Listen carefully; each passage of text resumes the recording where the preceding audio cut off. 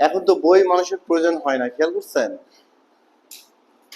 এখন তো মোবাইলে সবকিছু দেখতে পাওয়া যায়। তারপরেও দেখবেন যে আমাদের জেনারেশন, আমাদের ছেলে মেয়েগুলা, আমাদের সবার কাছে দেখবেন, প্রতিটা মানুষের কাছে দেখবেন এখনো বই আছে।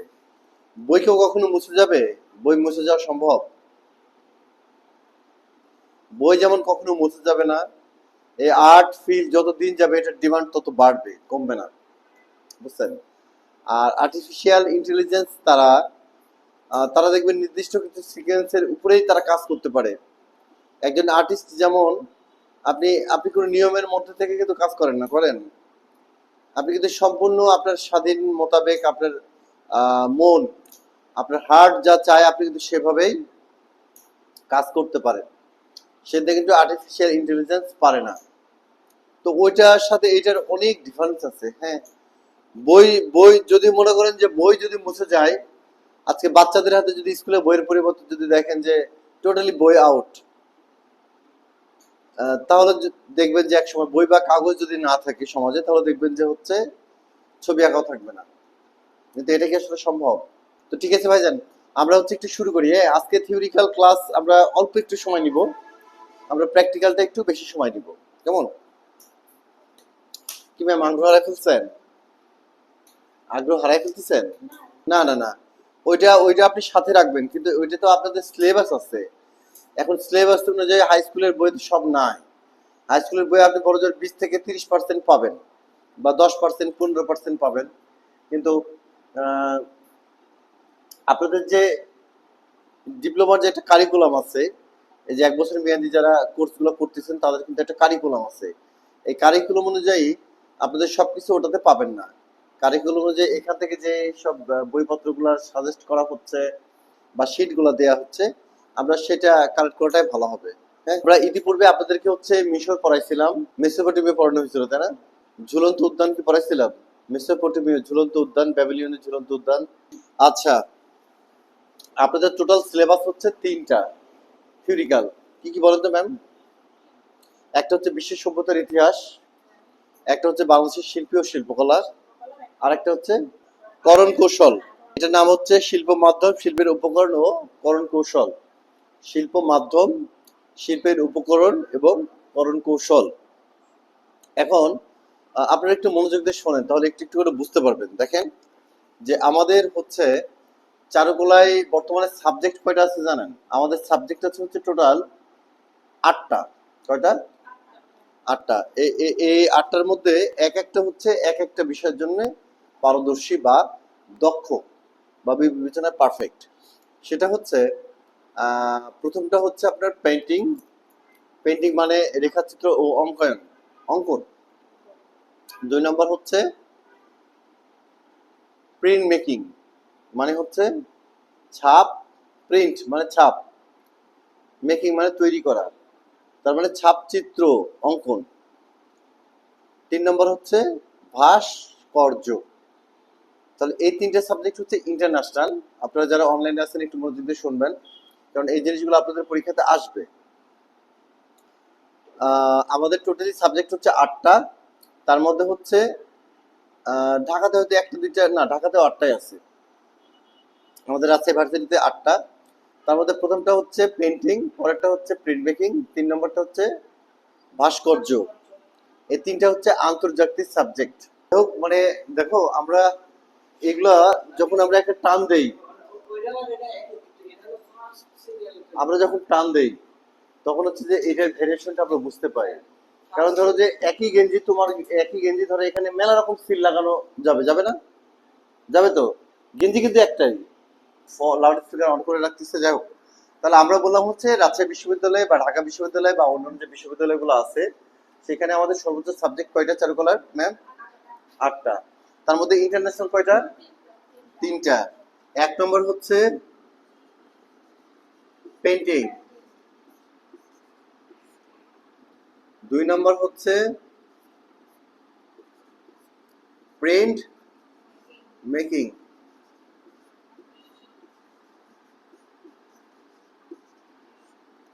3 নম্বর হচ্ছে ভাস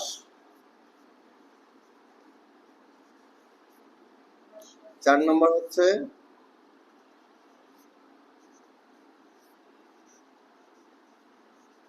ক্রাফট। 5 হচ্ছে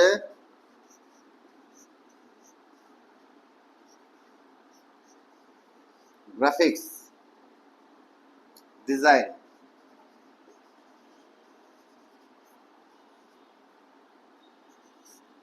6 হচ্ছে, এটা ইংরেজিতে লিখলাম, হ্যাঁ এটা লিখলাম হচ্ছে বাংলাদেশ প্রাচ্য কলা, মানে হচ্ছে ওরিয়েন্টাল। ওরিয়েন্টাল।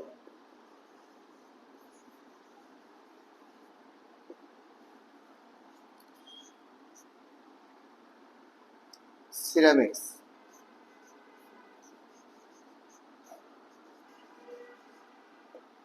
8 নম্বর হচ্ছে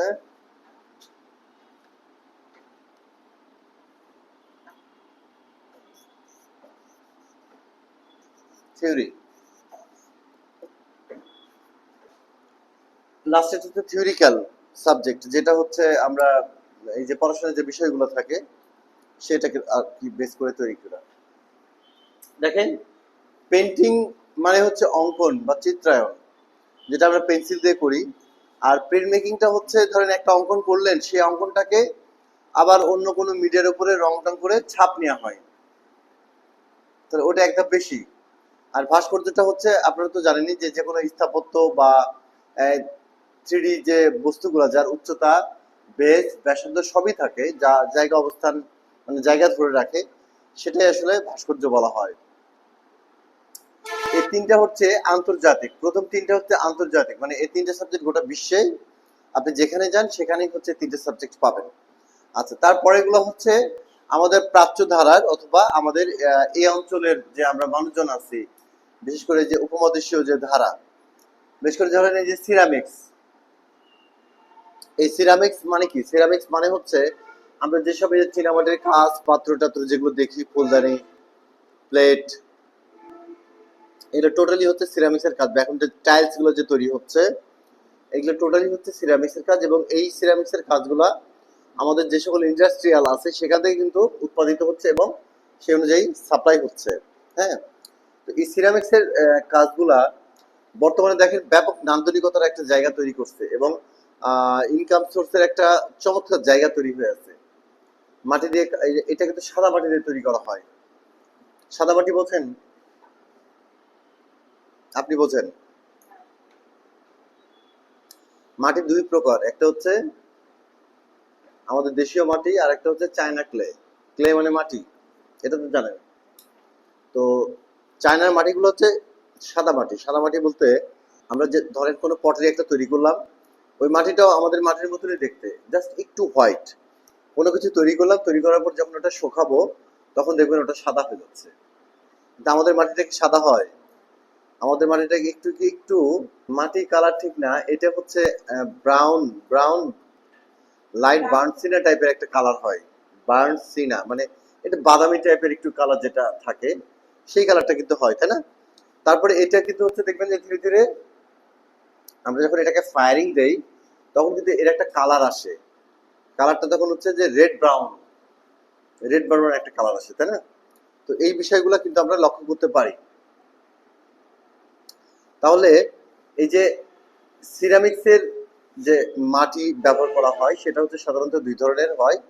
একটা হচ্ছে যে সিরামিক্সের মাটিটার এই যে এই কাজগুলো যদি রেগুলারলি শেখা যায় তাহলে আপনারা কি করতে পারবেন, দেখেন এই যে বাড়ির বিভিন্ন রকম যে ফ্লোর আমরা কিনি, কথার কথা ফ্লোর কিনি না, এই ফ্লোর গুলা কিন্তু আমরা নিজেরা তৈরি করে যদি ঠিকভাবে ফায়ারিং দিতে পারি, ওই ফ্লোর গুলা দেখবেন আপনি আপনার উঠানে বা বিভিন্ন জায়গায় সুন্দর করে বসাইতে পারতেছেন। তার একটা নান্দনিকতা, একটা উপযুক্ত উপযোগ তৈরি হচ্ছে। আচ্ছা, তো সিরামিক্স এর ব্যাপারটা হচ্ছে খুবই ইন্ডাস্ট্রিয়াল এবং চরম হচ্ছে আহ মানে আর্থিক মানে অর্থনৈতিক একটা ব্যাপার এর মধ্যে লালিত থাকে, ললিত থাকে আর কি। আর ওরিয়েন্টাল যেটা আছে দেখেন, ওরিয়েন্টালটা হচ্ছে প্রাচ্য ধারার একটা মাধ্যম। এই ওরিয়েন্টাল ধারা বলতে হচ্ছে প্রাচীন যুগে আমাদের এক ধরনের ছবি আঁকা হতো। দেখেন আগের যুগের মানুষ কিন্তু অনেক লম্বা চড়া ছিল, তাই না? হাত পা দিবেন লম্বা লম্বা। তারপরে প্রাচ্য ধারার ছবি চেনার উপায় হচ্ছে যে ওইটা ওরিয়েন্টাল বলা হয় প্রাচ্য ধারা, মানে এটা ছবি চেনার উপর দেখবেন যে যে কোনো ছবিতে দেখবেন আপনি চোখগুলো দেখবেন বিশাল বিশাল চোখ, টানা টানা চোখ, বড় বড় লম্বা লম্বা চোখ। মানে আমি আঙ্গুল যেভাবে হৃদয়ে দেখাচ্ছি না, ওইভাবে ভাববেন, ঠিক আছে? তাহলে টের পাবেন। এটা সাধারণত হিজড়াটা ভালো পারে বলতে। দেখবেন টানা টানা চোখ, নখগুলো দেখবেন লম্বা লম্বা নখ, হাতগুলো দেখবেন বড় বড়, ঠোঁট দেখবেন একটু একটু অন্য টাইপের। এটা হচ্ছে আমাদের প্রাচ্য ধারা বলা হয়। এই ধারাটা, এই যে প্রথমে পেন্টিং বললাম না, এই ধারার প্রায় কাছাকাছি, কিন্তু এই ধারাটা না, পেন্টিং না। এই জন্য এটাকে বলা হয় প্রাচ্য ধারা শিল্প বা ওরিয়েন্টাল। আচ্ছা, আর একটা কি বললাম, গ্রাফিক ডিজাইন। এই গ্রাফিক ডিজাইন মানে ওই কম্পিউটারে গ্রাফিক ডিজাইন করে এটা ভেবেন না। গ্রাফিক ডিজাইন মানে শেখানো হয় আপনি বিভিন্ন প্রকারের যে বইয়ের প্রচ্ছদ, এই যে প্রচ্ছদ আছে, এই বইয়ের প্রচ্ছদ করবেন, বইয়ের ভিতরে ইলাস্ট্রেশন করবেন, বইয়ের গ্রাফিক্স এর কাজ করবেন। গ্রাফিক্স বলতে যে বিভিন্ন যে বইয়ের পাতার নিচে ছবি টবি আঁকানো থাকে বা ডিজাইন করা থাকে, এই টাইপের কাজ। এই টোটাল কিছু সেক্টর। তারপরে যে অক্ষর যেগুলো আছে, এই যে লিখার অক্ষর, ইতালিক ফর্ম কি, চাইনা ফর্ম কি, হচ্ছে আমাদের দেশীয় ফর্ম, এগুলো যদি গবেষণা করতে শুরু করেন জীবনে কখনো, তখন এই যে আমি যেটা ফর্মগুলো বললাম, এই ফর্মগুলো সম্পর্কে একটু জানতে পারবেন। তো এই যে এই টোটাল বিষয়গুলো হচ্ছে গ্রাফিক্স এর মধ্যে পড়ে। এবং এই যে অক্ষরগুলা, আমাদের ওখানে শিক্ষাগুলো এভাবে দেওয়া হয়, আপনাকে প্রথমে অক্ষর লিখতে দিবে এবং সেই অক্ষরগুলো আপনাকে তুলিকালি দিয়ে ফ্রি হ্যান্ডে লিখতে হবে, কোনো কিছু সাহায্য ছাড়া। ওকে, তারপরে হচ্ছে আপনাকে কি করতে দিবে, যে একটা সাবানের অ্যাড হচ্ছে, সেই সাবানে একটা মহিলা বা প্রচ্ছদটা কেমন হতে পারে, সাবানটার ছবি এবং মহিলা দিলেন একটা, বা পানি দিলেন, বা ফুল টুলের ছবি দিয়ে একটা অ্যাড কেমন হতে পারে, সেই অ্যাডের ডিরেকশন দিতে হবে আপনাকে। আমি আপনাদেরকে একদিন বললাম না যে এই সেক্টরটা এত বৃহৎ যে আপনি এখান থেকে চাইলেই টিভি চ্যানেলের দিকেও মুভ করতে পারবেন, যদি আপনার আকর্ষণ এবং আকর্ষণ অনুযায়ী মানে এই যে পড়াশোনার বিষয়গুলো কমপ্লিট করতে পারেন তবেই। তো এখান থেকে ইলাস্ট্রেশন মানে বইয়ের যে প্রচ্ছদ, বইয়ের ভিতরের মোড়ক, পোস্টার ডিজাইন, তারপরে টিভিতে যে অ্যাড হবে সেটার ডিজাইন, তারপরে ধরেন যে হচ্ছে একটা দৃশ্য, ধরেন আপনি আঁকবেন, আবার ওখানে হচ্ছে কাগজ কেটে কেটে দৃশ্য তৈরি করবেন এবং ওর মধ্যে রং করবেন, ওর মধ্যে মানে মাল্টি সবকিছু করতে পারতেছেন। এই ধরনের কাজকে, কাজে হচ্ছে নান্দনিকতা প্রকাশ পায়, সেই টাইপের কিছু কাজ, লেখার ফন্ট, ইলাস্ট্রেশন, প্রচ্ছদ, বইয়ের গ্রাফিক্স, এতগুলা সেক্টর হচ্ছে এই হচ্ছে আপনার এই ক্রাফটের মধ্যে পড়ে। এটা তো শুধু এই এতটুকু, সরি গ্রাফিক্স এর মধ্যে পড়ে। ক্রাফট কেন বলতেছেন, গ্রাফিক্স। তো এই গ্রাফিক্স আমাদের ওখানে শুধু আপনি যে বলতেছেন যে আমরা কম্পিউটারে শিখি তা না, আমাদের সবার আগে ওখানে আমরা হাতে শিখি। যেমন সরিয়ে সরিয়ে লেখা শিখি, সেই লেখাটা তুলি কালি দিয়ে, পোস্টার কালি আছে, পোস্টার কালি দিয়ে পোস্টার পেপারে করতে হয় বা আর্ট পেপারে লিখতে হয়, একদম স্কেল টিস্কেল ধরে সুন্দর করে, একটুকু কম বেশি হবে না। কারণ আপনি তো ডিজাইনার, আপনি আপনার কাছ থেকে একটা নতুন বই তৈরি করে নেবে কেউ একজন, তখন আপনি কি পরিপূর্ণতা না হলে তো হবে না। তখন আপনাকে এই জিনিসগুলোকে অ্যাপ্লাই করতে হবে। তারপরে সেটার যে মোড়ক তৈরি করলেন, ভিতরের পাতাগুলা কিভাবে সেটা তৈরি করলেন, ভিতরে পাতার মধ্যে অনেক সময় ছবি থাকে না, যে ছবিগুলা, এগুলো তো গ্রাফিক্স বলা হয়, এগুলো তৈরি করলেন। এত কিছু করার পরে একটা গ্রাফিক ডিজাইন সাবজেক্ট তৈরি, তারপরে শেষ হয় না। এবার পাশাপাশি করানো হয় আমাদের যে ল্যাব আছে, সেই ল্যাবে ইদানিকালে কম্পিউটারে কিছুটা কাজ শুরু করানো হয়েছে। এটা হচ্ছে আমাদের গ্রাফিক্স ডিজাইন। ওকে, এটার মধ্যে ড্রয়িং এর ধারাটা একটু কম, তবে এদের এদের বেশি করতে হয় পেন্সিল স্কেচ, পেন দিয়ে স্কেচ করতে হয়, পেন স্কেচ, বুঝা গেছে? আচ্ছা, তারপরে আরেকটা আছে, কি আছে ওখানে দেখেন তো, ক্রাফট। এই ক্রাফট মানে কি, কারুকাজ বা কারু শিল্প। এখন এই কারুকাজের মধ্যে এই যে জুতা স্যান্ডেল থাকতে পারে না, পোশাক আশাকও থাকতে পারে। এই যে সুতা দিয়ে ধরেন ছবি আঁকা, ওটার নাম হচ্ছে ট্যাপিস্ট্রি। তারপরে উল দিয়ে ছবি আঁকা হয়, ওটাও ট্যাপিস্ট্রি এক প্রকার। তারপরে ধরেন যে অনেক কিছু আছে ক্রাফটের, আপনি যে ধরেন আপনি অনেক ভাঙাচোরা জিনিসপত্র আছে বাসায়, সেটা ব্যবহার করে নান্দনিক কিছু তৈরি করলেন, যেটা মানুষের আকর্ষণের কারণ হতে পারে। তো এই টাইপের আরো কিছু বিষয় আছে যেগুলো হচ্ছে ক্রাফটের মধ্যে পড়ে, শৌখিন টাইপের যে জিনিসগুলো এক কথায় পাওয়া যায়। হ্যাঁ, তারপরে আপনার যে শাড়ি কাপড়, টাই ডাই যেটা বলে, টাই ডাই আছে না, দেখছেন? এই টাইপের যত কাজ টাজ গুলো আছে এগুলো সবই হচ্ছে ক্রাফটেড কাজ। ক্রাফটেড ঠিক না, আসলে কাজ কারোরই কোনোটা না, বোঝা গেছে? জাস্ট আমরা একটা একটা ধারার মধ্যে ফেলছি তাই। এখন ধরেন আমরা একটা শাড়ি তৈরি করতে, আপনার একটা শাড়ি বাজার থেকে কিনে নিয়ে আসলেন, কথার কথা 1200 বা 2000 টাকা দিয়ে কিনলেন। এখন এই শাড়িটা যদি আপনি নিজে করতে যান তখন কি হবে জানেন? একটা ফ্রেম করবেন 2000 টাকা চলে যাবে, রং টং আরো 1500 টাকা মনে হয় যাবে, 1600-1700 টাকার মনে হয় রং লাগে। আপনারা কিনছিলেন গতবার? আপনাদের আগের ব্যাচ মোটামুটি 8-10 জন ওরা এই কাজগুলো বেশি করছিল, ওরা ম্যাক্সিমাম করছিল এবং ওরা সাকসেস। তারপরে ধরেন যে এই যে এটা করলেন, রং টং গুলো কিনলেন, কিনে দেখা যাচ্ছে আপনার একটা শাড়ি তৈরি করতে 5000 টাকা খরচ হয়ে গেল, কিন্তু ওটা তো আপনি 2000 টাকাতে কিনতে পাচ্ছেন। তাহলে এতগুলো টাকা দিয়ে আপনি কেন কিনবেন? ফ্রেম, একটা ফ্রেম কি একটা শাড়ির জন্য? ফ্রেম তো থেকেই যাবে, একটা ফ্রেম ধরো 2-3 বছর থেকে যাচ্ছে। ওই একটা বড় কাঠের ফ্রেম বানিয়ে নিতে হয়, দেওয়ার পরে যে শাড়িটা আমরা হচ্ছে রং করব সেটা ওখানে ছোট্ট করে একটু কাটা দিয়ে একটু আটকায় দিই মাথাটা, এবং টান করে এই পাশে এই ধরেন আটকায় দিই, বা এরকম যদি বড় দেওয়াল থাকে সেখানে আটকায় দিই। আটকায় দেওয়ার পরে তারপরে রং করে কয়েকটা স্টেপে আমরা রং করি। দেখা যাচ্ছে যেগুলো একটু আর্টিস্টিক বা একটু ব্যতিক্রম যেগুলো, সেগুলো হচ্ছে আমরা ওয়াটার কালার করি। এখন এই ওয়াটার কালার তো আর কোম্পানি করে দেবে না, দিবে? ওয়াটার কালার তো হিউজ খরচ। একটা ছবিতে আমরা জল রং, শাড়িতে জল রং করছি, জল রং, সেই রং করার পরে তারপরে ওখানে হচ্ছে আবার পেন্টিং করি। তখন ওই এই যে একটা শাড়িতে যদি আমরা একটা একটা এত পরিশ্রম করি, আপনি 3-4 হাজার টাকা নেবেন না? নিতে তো বাধ্য আপনি। তখন সেই শাড়িগুলো হচ্ছে আর্টিস্টিক। আমার কয়েকটা শাড়ির কাজ ছিল ওয়াটার কালার, গত আপনাদেরকে দেখাইছিলাম আমি, তো ওই আপনাদের আগের ব্যাচেই দিছিলাম ওদেরকেই, মানে তখন মোবাইল চেঞ্জ হয়ে গেছিল আমার। বাটিক, ওই যে প্রথম দিকে চরম আগ্রহ থাকে, তারপরে বললাম না যে পরীক্ষার আগে আসলে, পরীক্ষার আগে আসলে সবার মাথা ঠিক থাকে না, তাহলে হবে কিভাবে? ও, আগে তো ইয়ে হয়ে গেল, ওইটা আপনাদের একটু ব্যাড লাক আসলে, করানোর কথা ছিল কিন্তু।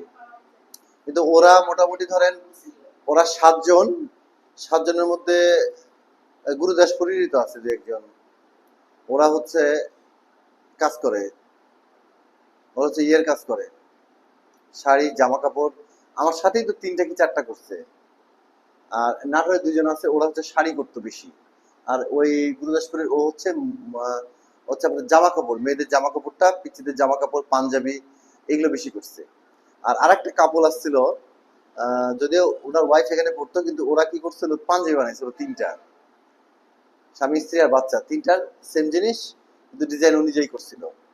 মানে শুরুগুলো এইভাবেই করতে হয়, হ্যাঁ, পরিবার কেন্দ্রিক হতে হয়। তারপরে দেখা যাচ্ছে আপনার রিলেটিভকে 2-1টা দিলেন। এখন হুট করে আপনি যাকে দেখে তো কাজ আপনি চাপাই দিতে পারেন না, কারণ আপনার কাজের মানও তো একটা থাকতে হবে, তাই না? হাত স্ট্রং না হলে, অনেক কিছু না হলে তো বেটার কিছু হবে না। কিন্তু প্রচন্ড পরিমাণে সাহস থাকতে হবে, তাই না চাষি? হ্যাঁ, সাহসটা রাখতে হবে, এই হচ্ছে একটা ব্যাপার। তো আরেকটা, যে পড়া একটু আসি, আরেকটা হচ্ছে আপনার এখানে আছে হচ্ছে ভাস্কর্য, তো বললাম পেন্টিং, প্রিন্ট মেকিং, ওরিয়েন্টাল, ক্যাপটাতে বললাম কারুশিল্প, ওরিয়েন্টাল বললাম প্রাচ্য ধারা শিল্প, আর থিওরিক্যাল বেস যেটা আমরা যেটা পড়তেছি সেটাই। তো এটা বলার উদ্দেশ্য হচ্ছে আজকে আপনাদেরকে পড়াচ্ছি আমি কি বলেন তো, আমরা পড়াচ্ছি হচ্ছে শিল্প মাধ্যম, শিল্পের উপকরণ ও করণ কৌশল, তাই না? এটা তার হচ্ছে একটা পার্ট। আচ্ছা দেখেন, এটা আজকে এটা আমি বেশি পড়াবো না, আপনাদেরকে জাস্ট একটা উদাহরণ দিব, আপনারা যাতে একটু বোঝেন। এখন পেন্টিং করার জন্য কি লাগে? পেন্সিল, কাগজ, ইজেল, ক্যানভাস, রং তুলি, ওয়াটার কালার, এগুলো লাগে না? হুম হুম।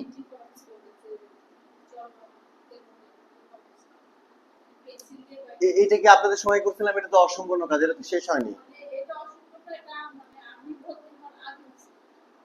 ও, পাননি? ওই সময় পাইলে তাহলে আপনি ওয়াটার কালারটা পাইতেন।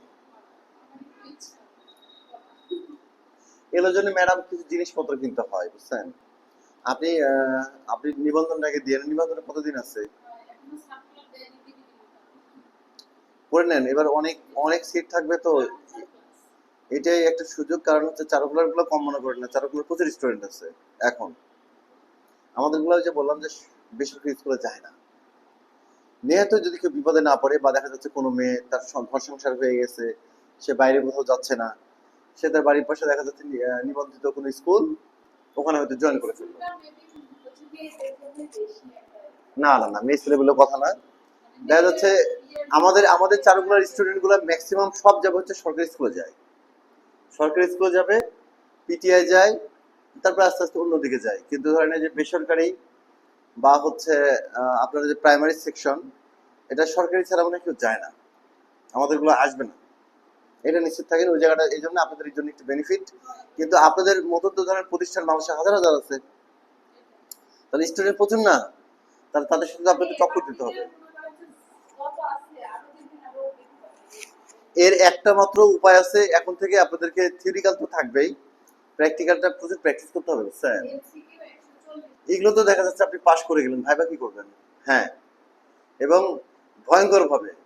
ধরেন আমি আমার 2-3টা ফ্রেন্ডের উদাহরণ জানি যারা ভাইবা থেকে, তারা কিন্তু এখন সরকারি চাকরি করছে। একটা আছে টাঙ্গাইল, একটা আছে ঢাকা, আর একটা আছে লালমনিরহাট, 3জন। মানে আমার সার্কেলের 3জন হচ্ছে 3 জায়গায় ঢুকছে। তো ওদের মধ্যে 2জনের দিছিল এরকম, একজনকে বলছে যে মনে করেন যে উপর থেকে বৃষ্টি পড়ছে, সে বৃষ্টির পানি আপনার হাতে পড়ছে, সে হাত থেকে আবার পানিটা নিচেও পড়ছে, একটা ছবি আঁকান, আপনার টাইম 2 মিনিট, বুঝছেন? আচ্ছা, আরেকটা বলছিল যে একটা পিচ্চি স্বাচ্ছন্দ্যে খেলছে, এরকম একটা ছবি আঁকান, সময় আপনার 2 মিনিট। তখন আপনি কি করবেন?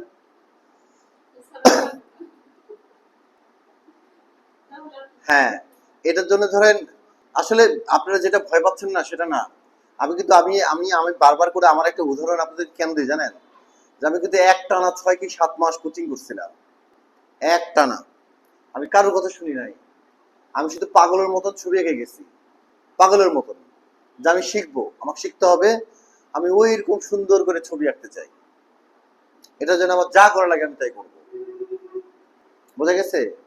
সেই ড্রয়িং দিয়ে আমি এখন পর্যন্ত চলছে, আজকে 22 বছর না 20 বছর হচ্ছে, আমি এখন পর্যন্ত সেই ড্রয়িং দিয়েই চলছি।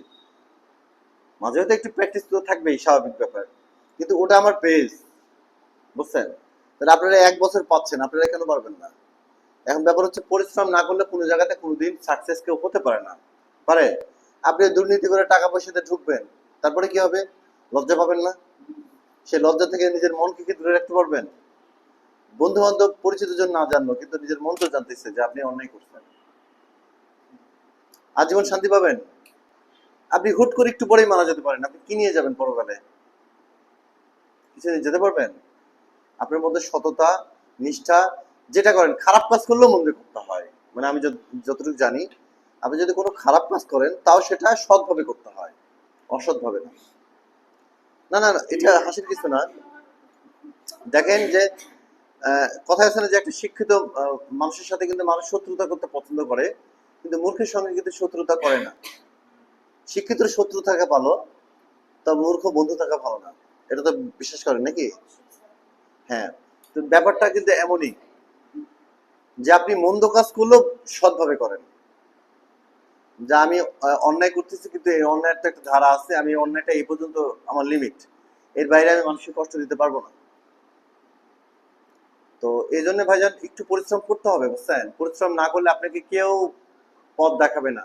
এই যে আমি আছি, আপনাদের অফিস আছে, বা যে অফিস সহকারী আছে, তাসনিমরা আছে, আমরা শুধু আপনাদেরকে হচ্ছে উৎসাহ দিয়ে যাব, আমাদের স্যারও দেখবেন আপনাদেরকে উৎসাহ দিয়ে যাবেন, কিন্তু মূল কাজের কাজ কিন্তু কাদেরকে করতে হবে? আপনাদেরকে করতে হবে। আমরা আপনাদের কাজ করবেন, আমরা সহযোগিতা করবো, হেল্প করবো। ধরুন আমি এই যে কদিন থেকে আপনাদের কল ধরতে পারতেছি না, সময় দিতে পারতেছি না, আমি নিঃশ্বাস নেওয়ার সময় পাই না, জানেন?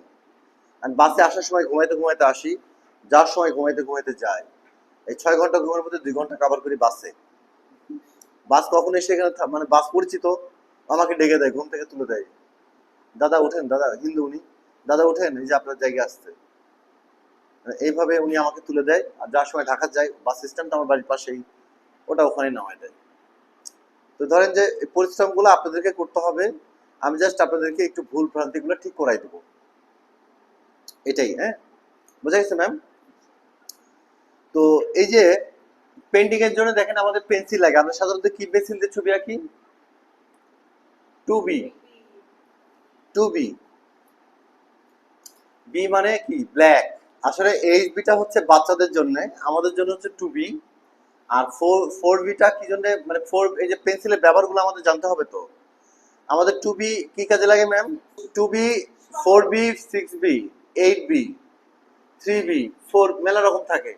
এগুলো যত বি বেশি হবে তত পেন্সিলের কালার গাঢ় হবে। এখন দেখা যাচ্ছে যে আমরা সাধারণত আঁকা আঁকির জন্য, ছবি টবি শর্টকাট আঁকা আঁকির জন্য, মানে ড্রয়িং করার জন্য, শুধু ড্রয়িং করার জন্য টু বি পেন্সিল ব্যবহার করব। এখন ড্রয়িংটাকে যখন মাধুর্য করব,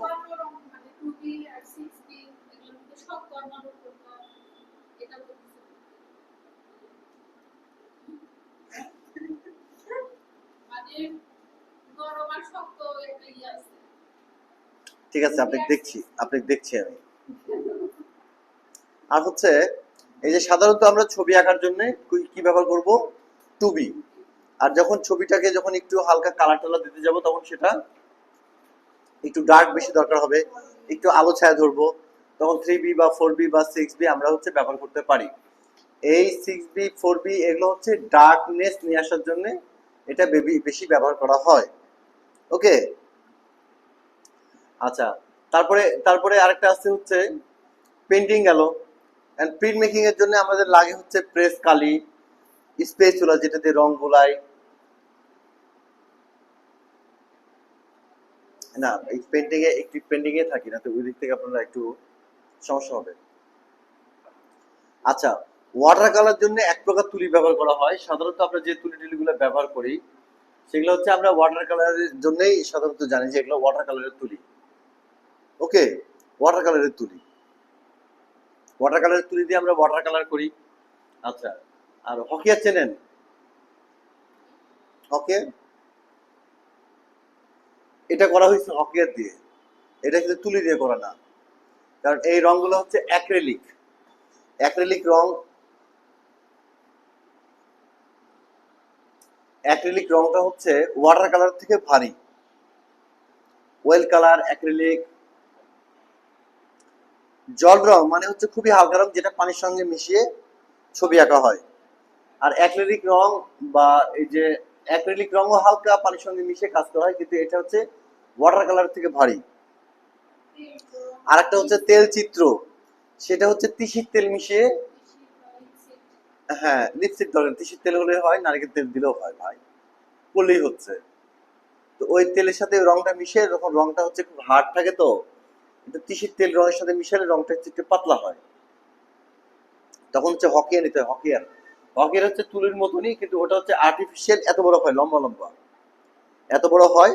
ওর মাথাগুলো হচ্ছে খুবই শক্ত, ওই যে আমরা দোকান থেকে ব্রাশ কিনি না, ওই টাইপের একটু শক্ত, কিন্তু ওটার থেকে ভালো।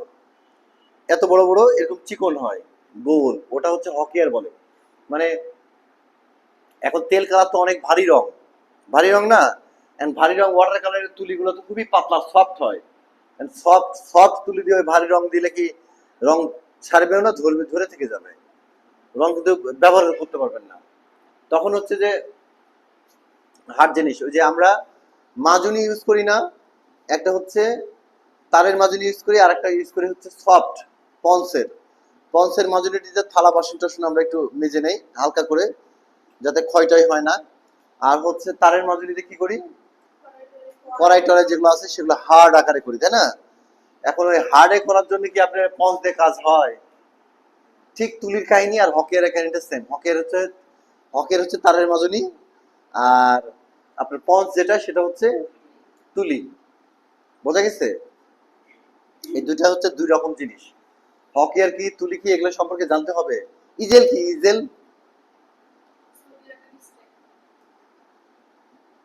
ক্যানভাস রাখার স্ট্যান্ড, ছবি আঁকার স্ট্যান্ড।